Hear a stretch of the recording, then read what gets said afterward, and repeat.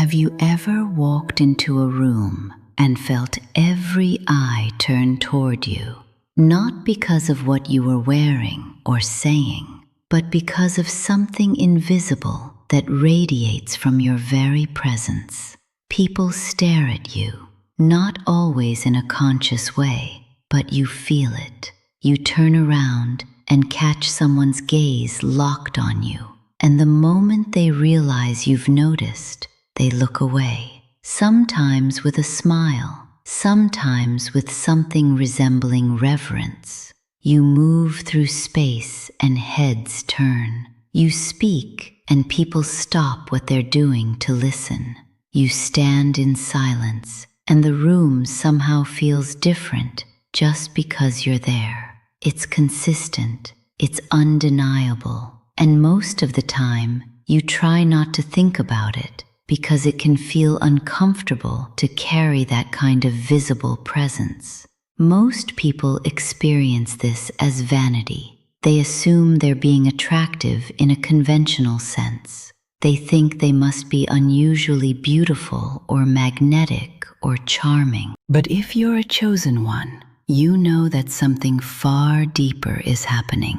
The stares aren't about your face or your body. They're about the invisible. They're about the aura that surrounds you.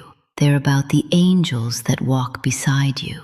There are beings of light positioned around you constantly, protecting you, guiding you, radiating a frequency so luminous that ordinary human consciousness recognizes it, even if people can't articulate what they're seeing.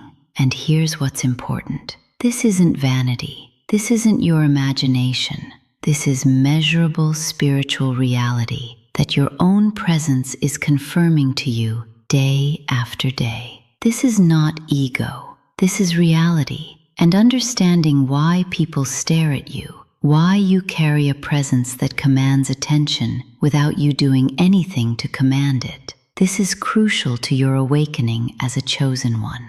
Let me share the 7 proofs that people stare at you because angels walk beside you. The first proof is that strangers stare at you without reason. You're standing in line at the grocery store, and someone behind you is clearly looking at you. You turn, and they look away. You're sitting on public transportation, and you feel a gaze. You look up, and someone quickly returns to their phone. This happens constantly. It's not because you're strikingly beautiful or handsome in a conventional sense.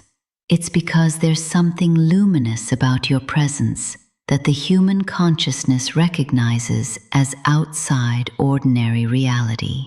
Your aura is visible to those whose eyes are sensitive enough to perceive it, and on a subconscious level, most humans can sense when they're in the presence of something divine.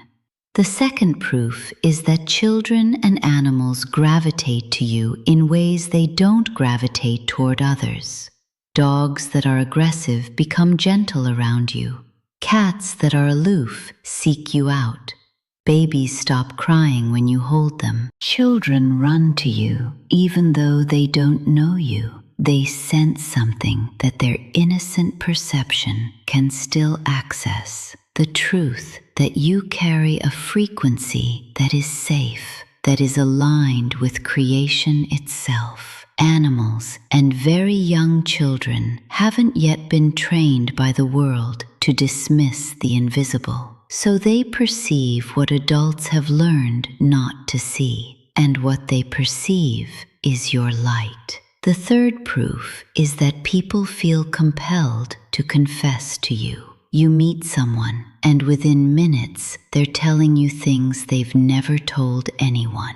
Their deepest shame, their darkest secrets, their most vulnerable truths. They don't know why they're telling you. They feel pulled to unburden themselves in your presence. This is not because you're a good therapist, though you might be. This is because there's something about your frequency that makes it safe for people to drop their masks. Your presence is so aligned with truth that lies cannot exist in it. People feel this truth, and they find themselves unable to sustain their usual defenses around you.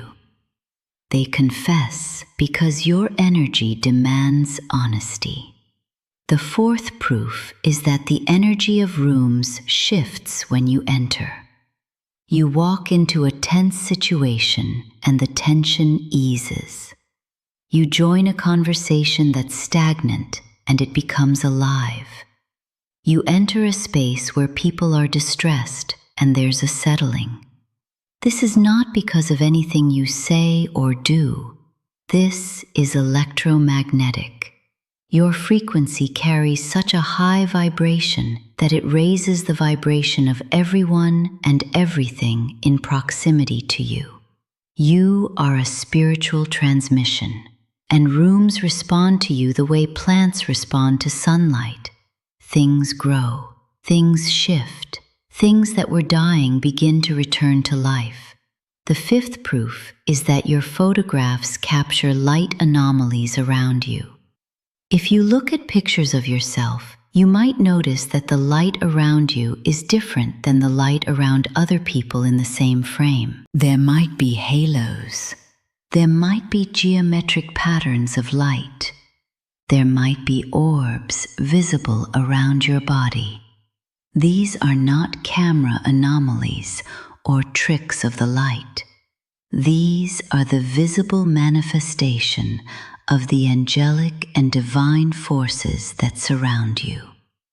Cameras that are sensitive enough to capture the full spectrum of light can perceive what human eyes cannot see, and what they see around you is luminosity that extends beyond your physical body. The sixth proof is that people frequently tell you that you glow or that you have an aura. They don't have language for what they're perceiving, so they use the words they have. You glow, you radiate, you have an energy, there's something bright about you. They're perceiving the truth that there is literally more light coming from you than comes from the ordinary human. And this light is visible to their souls, even if their conscious minds can't quite translate what they're seeing into concrete language. The people who say this are perceiving your divine nature. The seventh and final proof is that enemies avoid direct confrontation with you. People who want to harm you, who carry dark frequency, who are aligned with forces that want to suppress your light, they don't come at you directly. They try to work through others. They try to undermine you through manipulation. They try to attack you through proxy violence. But they avoid direct confrontation with you because on some level they sense that you have a power they don't understand, a protection they can't penetrate, a light they cannot extinguish. Even the ones who don't consciously believe in the spiritual realm sense something about you that tells them not to challenge you directly. They may not know what it is. They may not have vocabulary for it, but they feel it in their bones. And that feeling creates fear. And that fear keeps them from coming after you openly. Now here's what's happening. When people stare at you, they are literally sensing the presence of the divine.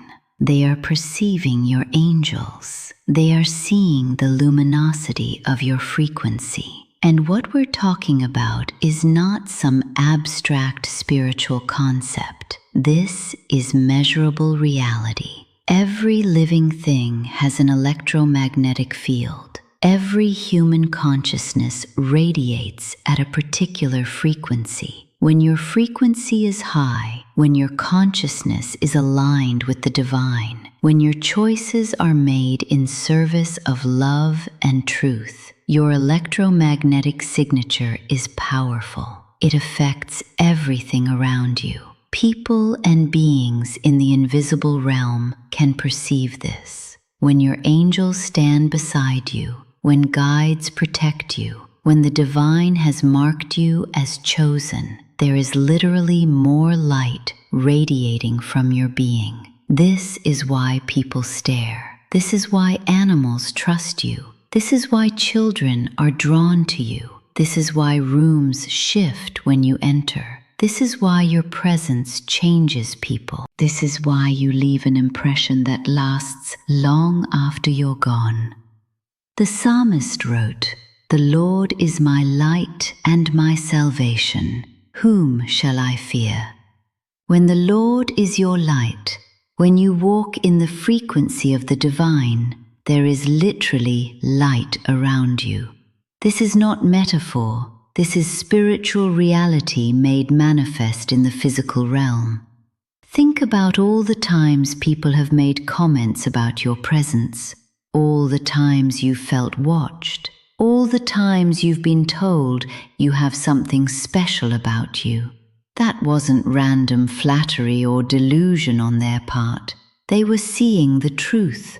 They were perceiving your connection to the divine. They were sensing your angels. They were recognizing in you a frequency that transcends ordinary human limitation.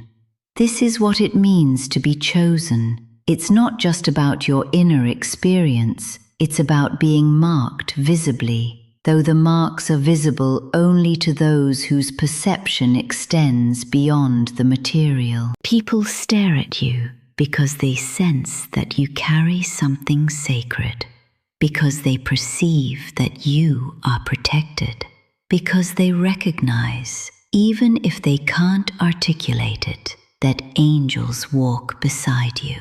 The next time someone stares at you, instead of feeling self-conscious, recognize it as confirmation. They're seeing the truth. They're perceiving your reality. They're witnessing the divine presence in human form. And that's you. You are a visible manifestation of heaven's light on earth. You walk through the world radiating something that transcends the physical. And that's not something to hide or minimize. That's something to own and embody fully. You've been taught to shrink your light, to make yourself smaller so others don't feel uncomfortable. But the time of shrinking is over. Because when you stop questioning why people stare and start accepting it as the truth that you're marked by the divine, everything changes. You stop apologizing for your power. You stop trying to shrink yourself so others feel comfortable. You stop wondering if you're too much. You accept that your presence is meant to be a transmission of light. You accept that you're meant to shift room energy. You accept that angels walk beside you, and you step fully into the magnetic power that comes with that acceptance. This doesn't make you arrogant. It makes you grounded, because you're not taking credit for the light. You're simply allowing it to pass through you. You're becoming a clear channel for the divine frequency that operates through you. Hebrews tells us that angels are real, that they serve those who will inherit salvation. You're one of them. You're inheriting your divine nature.